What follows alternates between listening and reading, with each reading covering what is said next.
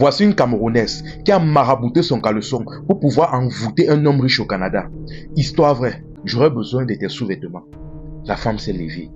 Elle est sortie, elle a vu sa copine expliquer la situation. Elle a regardé sa copine avec un air effrayé. Sa copine a dit que pardon, nous sommes quittés de Trois-Rivières jusqu'ici. Et sache que si on rentre là, je ne reviens plus ici. Donc, je ne sais pas ce qu'elle t'a proposé, mais soit tu acceptes, soit tu laisses. Mais comme on parle, moi, on ne revient plus. Moi, je ne reviens plus. Elle a dit que ok, j'ai compris. Elle est entrée, elle a dit à la femme qu'elle accepte. À la femme marabout qu'elle accepte les conditions.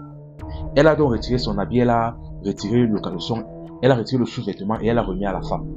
Je vais marabouter, je vais féticher ton sous-vêtement. Et après cela, je vais te donner des écorces.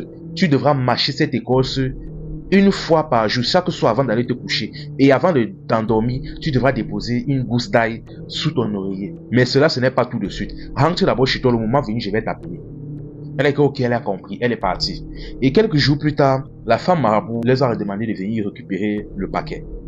Elles sont parties donc et elle a remis le paquet à la fille. Elle a dit, le sous-vêtement en question, voici ça ici. Ce qui se passe, c'est que à chaque fois, quand tu vas rencontrer un homme, si t'intéresse, tu vas porter le sous-vêtement en question. Et quand tu vas le draguer, ça va passer facilement. Tout ce que tu vas dire, il va accepter. Jusqu'à ce que vous partez, passer à l'acte dans un hôtel ou etc.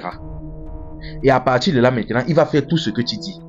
Sauf qu'il y a une deuxième condition. Elle lui a remis un deuxième paquet. Elle a dit, tu vois cette écorce.